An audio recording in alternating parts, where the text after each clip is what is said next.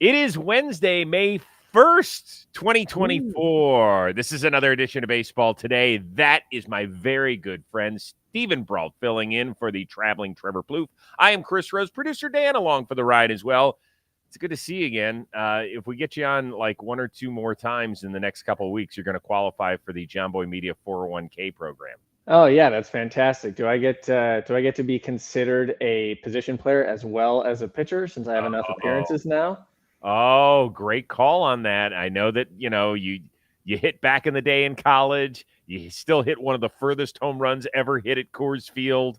I mean, I wouldn't throw it that far. 441 is a nice home run, but in Coors Field, that's like basically hitting it right over the wall. God, it was 441. Yeah, dude. Yeah, it was the furthest I can physically hit a baseball. I did. I did it. So that's cool. Where's that ball, by the way? At my parents' house. Oh yeah, Big Dan's hanging on to it. Oh yeah. He's currently got like my favorite. He's got this cool like home plate thing with all the big baseballs in it and everything because I don't trust myself to not lose it yet. So we'll get it moved over to our house eventually. You're a married man now. You're all grown up. Come on. I know, but we're still like getting everything situated. We're still decorating the house. The house is still new, so there's still things to do. So once it gets all set up, we know where it's gonna go. God. Well, it's great to have you here. We got a lot of interesting stuff that happened. We could have gone a gazillion different directions, but I think everybody knows what we're going to talk about. But let's start with the reason I am wearing an Arizona Diamondbacks cap. That would be a tip of the cap to our buddy, the world's most famous beekeeper, Matt Hilton. Yes, the game in Arizona was delayed nearly 2 hours because a swarm of bees arrived behind home plate up on the netting. So dude got called away from his kid's t-ball game, drove 30 minutes to downtown Phoenix, came out, took care of the bees. Then they made him throw out the first pitch. He soaked it all in. He was phenomenal. He even had a press conference afterward. This guy, the guy who makes his living by, taking care of bees, earns straight A's in my book. Yeah, and if he doesn't have a company that he sells honey yet, I definitely think he should start that up, use this whole thing, put pictures of himself throwing the first pitch out everywhere, like just really lean into this, make sure that everybody knows, like, I'm the guy who saved the Diamondbacks game and they hit a walk-off homer that day. So good luck too. So good for him. And I love it. Like, as he was driving out, he's tipping his cap. Everybody was excited to see. He played it up while he was up there in the lift, and then afterward he flips off his big beat bird. Dude, you got to do it. You got to do it because the best part is, like, as soon as he's going out there, all the fans are going nuts. They're all cheering for him. Everybody knows the situation. And it's like one of those things where it's a little bit ironic, but also he's, reciprocating the love ironically, and so it just really works out so perfectly. It reminds me of when the Orioles weren't allowed to have fans at their games a few years before 2020, and walking out, catcher waving at the fans, saying thank you very much. So it's kind of that. It's ironic on both sides, and it's just one of the beautiful things about baseball, man. Who would have had a bee delay on their baseball bingo card this year? I sure didn't. Nope, certainly not in the first month. Maybe year beyond, but not the first month. All right, there was another game up in Milwaukee that was delayed several times, not because of bees, but because of fists and tempers and all sorts of stuff. First, Freddie Peralta, who was pitching a gem of a game, got thrown out after he hit Jose Siri with a 3-0 pitch. We're going to focus on that in just a bit. But then a few innings later, Siri ends up grounding out to first. Uribe, the pitcher at the time, kind of confronts him, and we have this. Uribe and Siri exchanging some words, and here we go. Oh, boy, that's not what you want to see. And here we go. Yeah, here we go. Both those guys were ejected. It was not pretty at all. Let's start here. What did you think of Uribe going after him after things had seemingly settled down from earlier in the game? Yeah, very surprised. It seems like it was pretty much done, like it was a home run that he pimped, and then, Peralta hit him, and he didn't do anything. You know what I mean? He didn't charge at Peralta or anything like that. I think he basically got the idea, and everything was moving forward. And then you have Uribe gets him to ground out and then says something. He says something first. That's important to me. Series starts John back a little bit. But, I mean, he threw the first punch. Like, the pitcher who had nothing to do with what happened earlier in the game is the guy who threw the first punch, which to me is just strange. I don't understand. I don't know what he could have said that makes you immediately throw a punch like that after you just made him ground out to first weekly.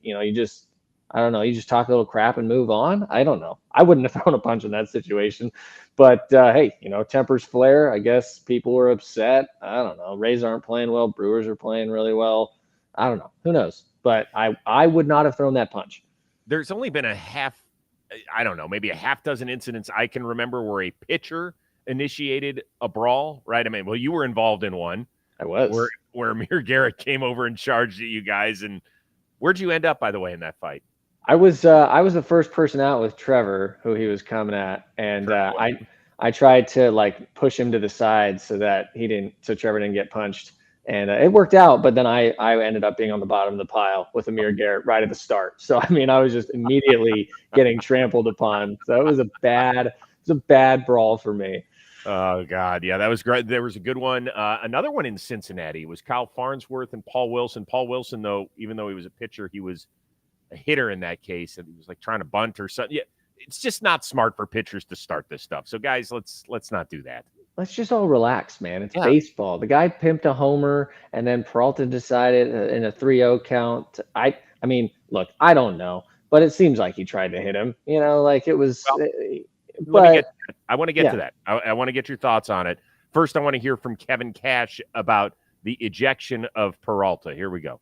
Yeah, I mean, look, that's today's game. It is. I don't know how you police it unless you want to turn it into the NBA. When somebody stares at another player, you get a technical. I really don't know. Pitchers strike guys out and they show them up. Hitters hit home runs. They show them up. That's the game. I thought he nailed it, dude.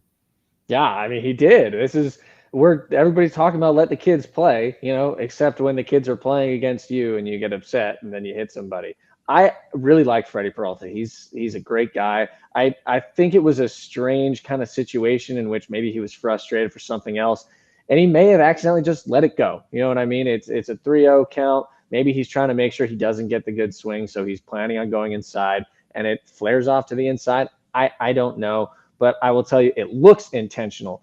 However, I was surprised he got thrown out in that situation. That seems to me like a quick trigger that, Jose Siri's not charging the mound or anything. There's not some big thing happening after that. Right. To me, it seems like it's over if you just let it be over, right? But then you have to, when you police it, then it ends up becoming more of an issue, in my opinion.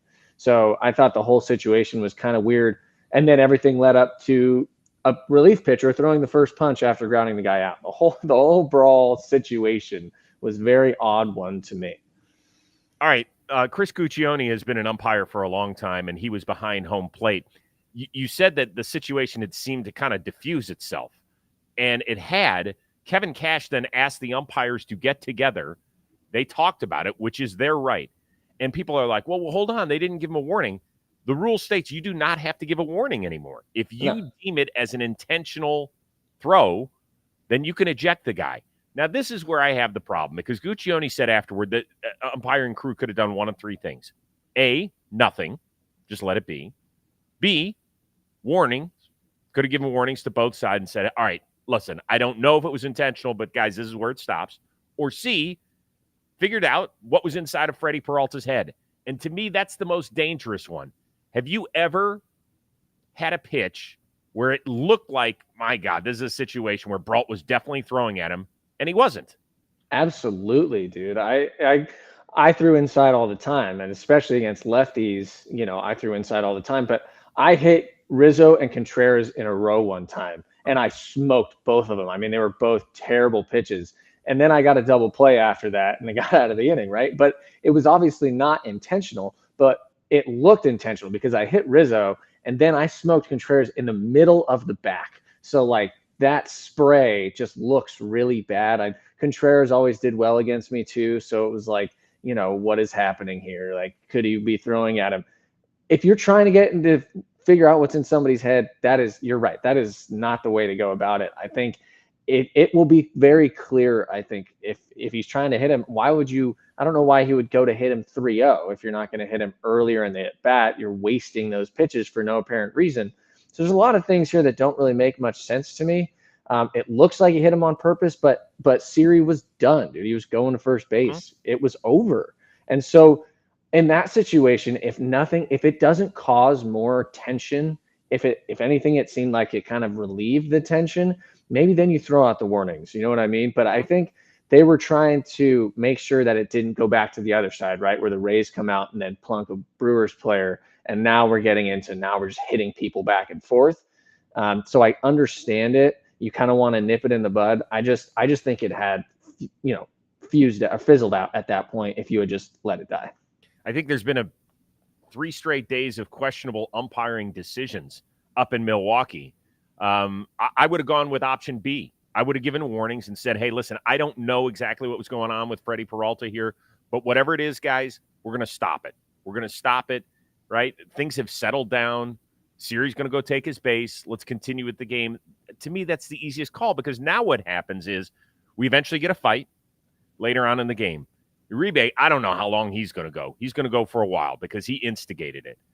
Siri's going to get something, even though he really didn't do much except talk a little bit and pimp a homer. Who gives a shit about that? And Freddie Peralta's going to get nailed too now, because if the umpires on the field say that there was something intentional that happened, then the league office is going to have to back their umpires. So even if he gets 3 games or whatever it is and it pushes a start back, Milwaukee's struggling right now with health and with getting innings out of their starters. You think Freddie Peralta wanted to get tossed in the 6th inning when he's pitching a gem and had 66 pitches? Of course he doesn't. No, he doesn't. And like I said, this is a guy I've talked to a lot. I would be really surprised if he was hitting Jose Siri on purpose. If you think about the situation of that pitch, he already hit a homer off of you, and it's a 3-0 count on a guy that you know is going to be swinging. This guy loves to swing the bat. So if you throw a fastball down the middle, he might do what he did earlier. So why would you give him that chance? You want to make sure you go maybe in off the plate a little bit. It gets away from you, and now you're tossed from the game. I like the warnings idea as well. Let the game play out. Like Jose Siri pimped a home run, but he didn't even stare down Freddie Peralta. Freddie Peralta didn't make any look that he was pissed at Jose Siri. So I didn't get it. All right, let's move on to some really bad news that we got yesterday afternoon, and this is Mike Trout out indefinitely. He's going to have knee surgery to repair a torn meniscus in his left knee. So yet again, Mike Trout will seemingly play fewer than 100 games. It's not good. How worried are you that Trout will literally limp to the finish line of his career instead of be Mike Trout? I'm worried. I will say I'm worried, but I'm still holding on, man. I'm holding fast. This is one of the best players of all time, and we got to watch it in his prime come up, be so dominant, win 3 MVPs. His last MVP was 2019. It wasn't that long ago.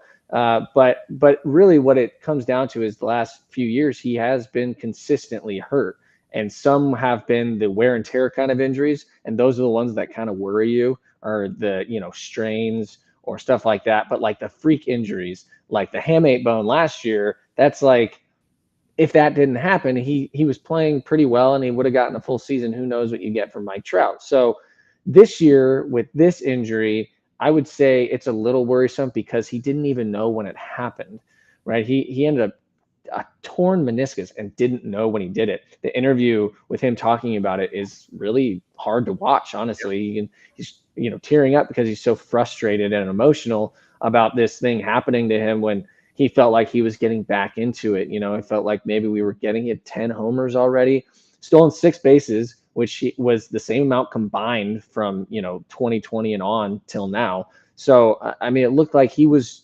being Mike Trout again, and it was so much fun to watch. And then he gets his torn meniscus. Now we find out he has to get surgery. He's out for a while. I don't think we're gonna see him quietly go into the night. And here we go. I'll give you a hot take prediction. I predict one more Trout MVP before his career is over. You and Plouffe are drinking from the same fountain, because he actually said that Mike Trout was going to win the MVP this year. Obviously, that won't happen now. First of all, I'm sad. Yeah, he really is one of my favorite players. And Plouffe and I have said this before, Steven. The guy's universally loved. Have you ever heard somebody say they don't like Mike Trout? No, there's genuinely nobody that I've ever heard say they don't like Mike Trout, which is crazy. That's crazy. Right. Now, you might get some people who say, well, you know what, if he's that good, why can't he lead the Angels to the playoffs? Those are people that typically don't understand this sport and things of that nature. But I am worried that the narrative is going to be now that he's going to follow a little bit in Ken Griffey Jr.'s cleats, right? He got to Cincinnati, got traded, had a good first year. Then the injuries started to pile up, and there were several seasons where he missed a ton of games. And after that, he had only, I think, 2 30-homer seasons. I would still take that. He's only 122 homers shy of 500. I believe in my heart that he will get to that number. I still think at the end of the day, when we talk about Mike Trout, the first thing we mention will not be injuries, and it will not be possibly that he only got 14 postseason at-bats. I think it'll be that he had the arguably one of the greatest 7 or 8 year runs to start a career. I do firmly believe that. I think I'm just sad more than anything else. Yeah. I really am. Dude, I get that because he's a guy that you just want to watch play. Like everybody wants to watch Mike Trout play. He does incredible things all the time. And it's always, to me, always been more incredible because he's such a big dude that when you see him do things that are super athletic, it's always still a surprise. You're just like, wow, I can't believe a guy that's that size can move like that.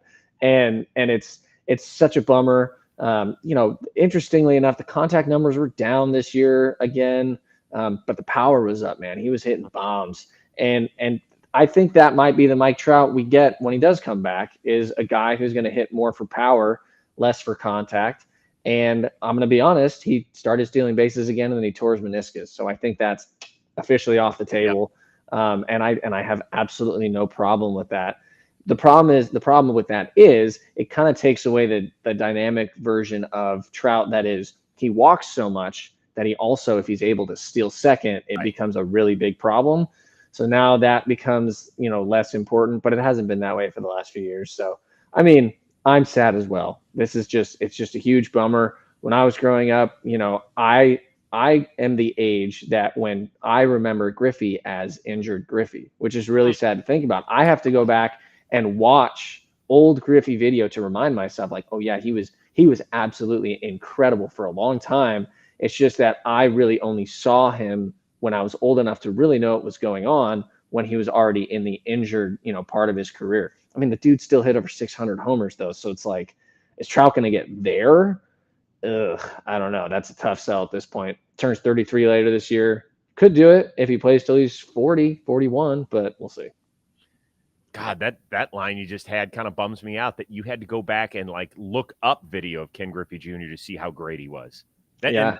There's a certain sector of baseball fans that are going to have to do the same with Mike Trout. And I just think that really stinks. It really does. God, that's tough. Tough to stomach. Yeah, well, life. Life keeps getting in the way. All right. I want to talk to you about something important. Your butt. Today's episode is sponsored by our friends at Tushy. Tushy's new travel bidet really helps keep things clean on the road. You might laugh. You might say, really, Rose? Yeah, it's important. If you've been a traveler like me, Brault has done it too, Tushy Travel. It is collapsible. It is durable. It is discreet. It is a portable bidet that gives you the most confident clean on the go. Uses fresh water, same as your shower sink, never from the bowl to clean you. It makes everything just perfectly clean out there. It's simple to use, even for first-time users. If you're looking at this thing and you're like, really? I got to figure out how to use it. No. Couple instructions, and off you go. Sit back, drop your deuce, spray to clean, and pat dry. Every Hello Tushy bidet comes with a 30-day hassle-free return and a 12-month warranty as well. So stop wiping until you bleed. Join the 2 million butts who've already made the switch to Tushy. For a limited time, our listeners also get 10% off your entire order when you use the code BASEBALL at checkout. That is 10% off your order at HelloTushy.com. That is HelloTushy.com. Use that promo code BASEBALL. You'll thank us later. We continue on. It's the 1st of May. Can't believe that. I know, dude. We've at least got some sort of sample size of what we're looking at with individual stats and team stats, and we kind of get a feel for these teams and these players. What's been the biggest surprise, good or bad, through 5 weeks of the season? Okay, so one question. Am I allowed to give a positive and a negative, or do I have to choose? Hey, you're our guest. You're basically a teammate here. Take it any direction you want. Okay, so I'm going to give a positive and a negative. The obvious negative is the Houston Astros overall. It has just been incredibly hard to watch the way that they have scratched through April in a way that we have not seen the Houston Astros do in a very long time. The big thing for me get rid of everything else. There's three guys that have been huge surprises, genuinely big surprises to me. Bregman, Presley, and Hader. Those three guys. Houston was supposed to have the big bullpen. Brian Abreu's been okay, but not been spectacular. Mm-hmm. But Presley and Hader both have more hits than innings pitched right now. That is just not something you talk about with those guys. It's just really odd. And, I really do think they're going to turn a corner. I don't see them continuing to be bad. Hader struggled with the Padres when he got traded over there and then figured it out. I think they'll be fine. But Bregman, on the other hand, he has his exit velocity is way down. His power is way down. His walks are way down. Like, there's a lot of peripheral numbers that look really bad it's been a really tough start for him. But, he hit a home run yesterday, his first one of the season finally. And now it's like, maybe he's going to be able to turn a corner. I've said this many times. I still believe in the Astros right now. I think you give them May, we give them May, see if they're able to turn it around. But if at the end of this month, they're, let's say they double April, I see no way of that happening. But if they were to double their career or their year that they had, so far, then I'm out. 2 months is obviously enough time. You'd be so far behind in the standings at that point, and it would be time to start talking about who they're going to sell. But that's my negative surprise. My positive surprise is Tyler O'Neill.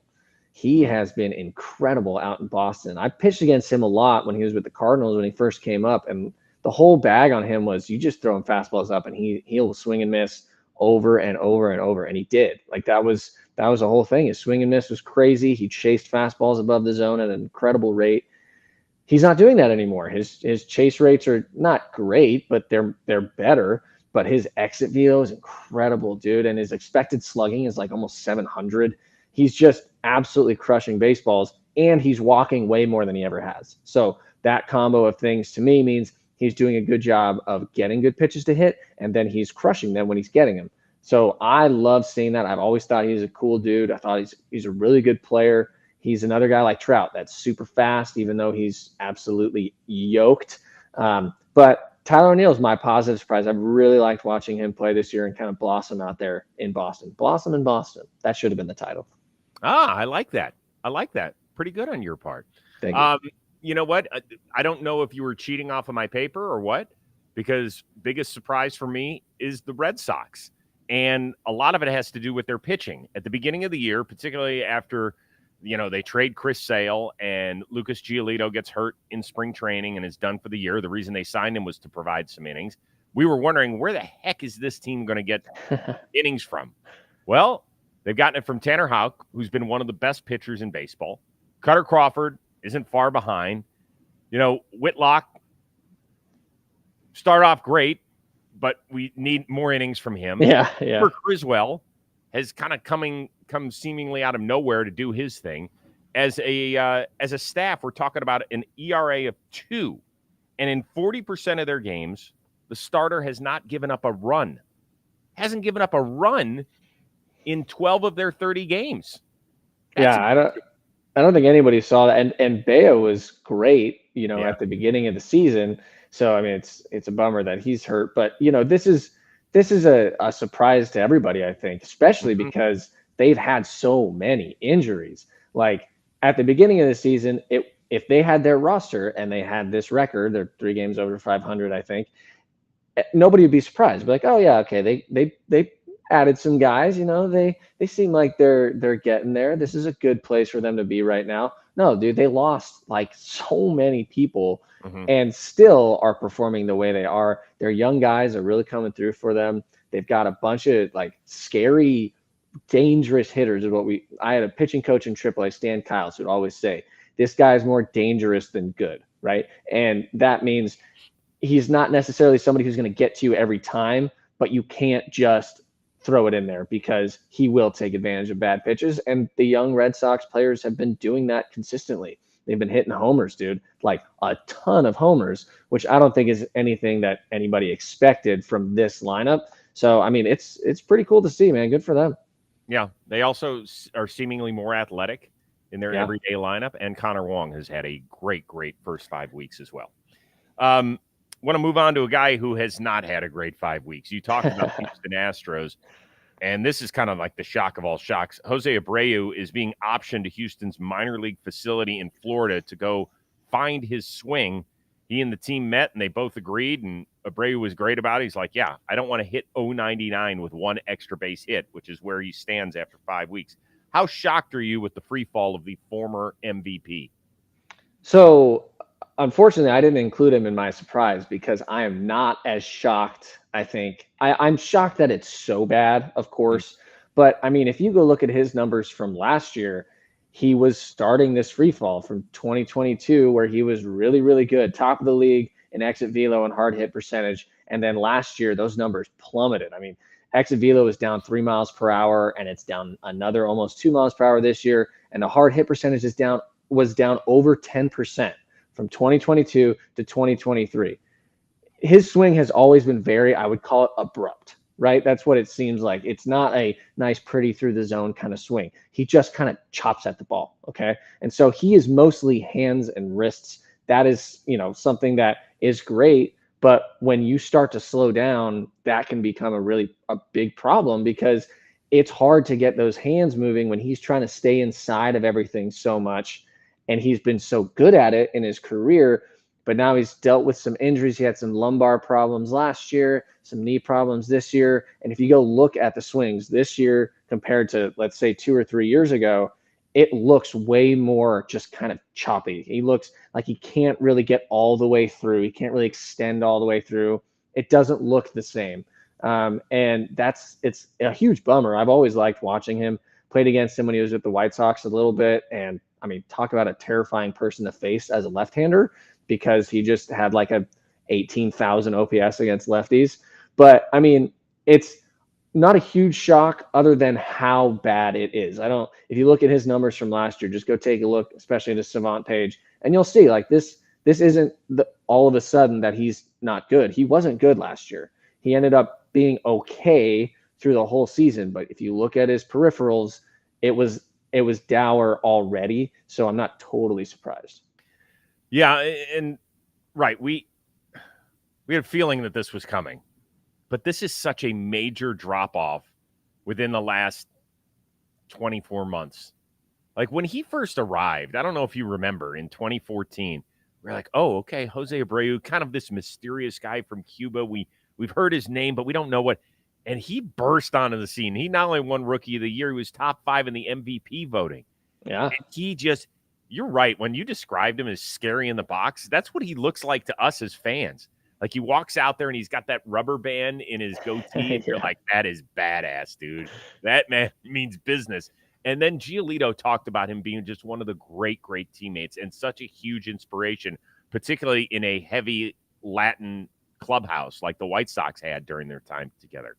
And he said, guys just follow him around. They treat him like he's a god. And he is. I mean, he just loved playing with him. I think once again, I talked earlier about being sad with the Mike Trout thing.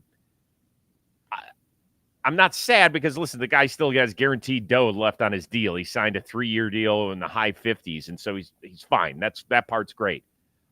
I think we forget about the human side. Like, he has excelled at this for so long, and he dreamt about coming over here to the United States and playing in the highest level of this sport, and he had it for so long, and he wins an MVP, and then he goes to a team where we're like, oh, that's going to be another missing piece. He's going to replace Yuli Gurriel, and it's going to be incredible.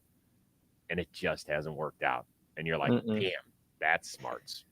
Yeah, and like you said, dude, he's a great guy. He's another guy that when you watch him play, like a guy like me, you root for him, like right. And that's the problem is like every at bat this year, everybody's rooting for him. Nobody wants him to fail, other than there are Astros haters out there, obviously, who are just reveling in this. But, as a human being, nobody wants to see that guy fail. And it's just, It's just a bummer. But, this is kind of how it works. Bat speed slows down as you age. There was actually something put out on Twitter this year that kind of visualized that, a graph that kind of visualized it. And he's getting up there, man. And he's had an incredible career. I don't think he's done. I do think maybe there needs to be some adjustments that he makes to his swing to be able to kind of, be able to get that bat head out there in the front without having to reach out. What they're going to do. I'm not a hitting coach, so don't ask me. But, if I was pitching against him right now, it was pretty obvious. It was fastballs in. And then once you get him, you'll see him try to have to yank that. Now he's throwing himself open super early, off speed away, and he's not going to be able to hold back. And that's just what you've seen. He was never a guy that was easy to get out, right? And he has become that. So now what do? You adjust. You hope that Abreu can figure something out.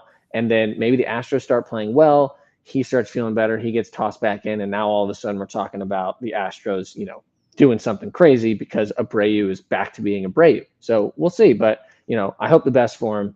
I don't necessarily hope the best for the Astros because, they always win. And I want the Mariners to win. But, whatever. All right. Before we get out of here, we started with a fight in Milwaukee. We're going to end with a loving moment. Tyler Black got it called up to the show because of an injury to Sanchez. He had to enter the game, ended up getting his first major league knock. The Brewers, their TV crew ended up talking to Pops during his second at bat, and this happened.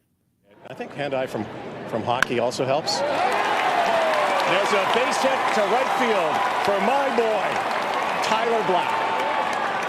Woo! There you go. Oh, there you go. 2 for 2. Happy birthday, Nancy. That was incredible. He's got tears in his eyes, guys. This is an incredible moment for the Black family. Congratulations to you guys. What a fantastic day. Yeah, it's awesome. I think we're going to start drinking heavily. So I listened to that, and I was like, God, that guy's got a great voice. Did a little investigating. That's Rod Black, who has been a Canadian sportscaster for years and years. He used to call Blue Jays games as well back in the day. And how awesome is that he's on the mic while his kid gets his second big league knock? Yeah, dude, it was sick. I mean, think about this. He hit a double in his first at bat, and he comes out, he gets another hit, and everybody's so excited, And for me, it just encapsulated, even though they're from Canada, but I mean, they're already so ingratiated in the Midwest type of life, which is everybody's happy, family, having a good time at the ball game. And then we're going to start drinking heavily because that's how the Midwest does it, baby. And, it was just so cool to see, I obviously the happiness of the family. It reminds me of when my dad got interviewed on my major league debut, and he said, yeah, he's always been a better hitter than a pitcher. And I was like, you watch it afterwards, you're like, Dad, dude, I'm a pitcher now, man. You can't say things like that. So, but I did get a hit in my first at bat. So, it was cool. That away, Dan Brawl. Way to come through again. Love that, dude. Love that. Yeah, this was a great, great moment. The family was vacationing in Cancun, I believe, when Tyler called and said, hey, get up to Milwaukee and make my major league debut. That's probably the only time I'm ever going to leave a vacation is if one of my kids has something special like that. But I'd be on the next plane too. Yeah, I mean, Cancun to Milwaukee. Milwaukee's way better than Cancun. Absolutely. I mean, don't talk too much about the beaches up in Milwaukee. Then everybody's going to want to flock. Then everybody will want to go. Once again, thank you so much for helping us out, dude. You've been a lifesaver these last few weeks, and I know that people in the chat and in our comments on YouTube, they love having you. So, I mean, seriously, don't be this good because we're just going to keep calling you every time one of us is away. Better be careful. Hey, you know what? I'm in this side of the business now. I'm just trying to get my reps. You need reps everywhere you go. This is nice, man. I really appreciate it. It's a lot of fun. I just want to let you know this is how Pat McAfee got started. Was filling in for Plouffe on Baseball Today, and look where it's taken him. There you go. Wow, what a climb. Yeah. Wow. Got a show on ESPN. We don't mind being used as a stepping stone around here. It's perfectly fine. Make sure you check out Steven as he continues to cover the Pittsburgh Pirates. For our one-of-a-kind producer, Dan Rourke, and the uber-talented Stephen Brault, who I think was a better pitcher than hitter, but that's just me. I am Chris Rose. We will see you Thursday with Trevor Plouffe back here on Baseball Today.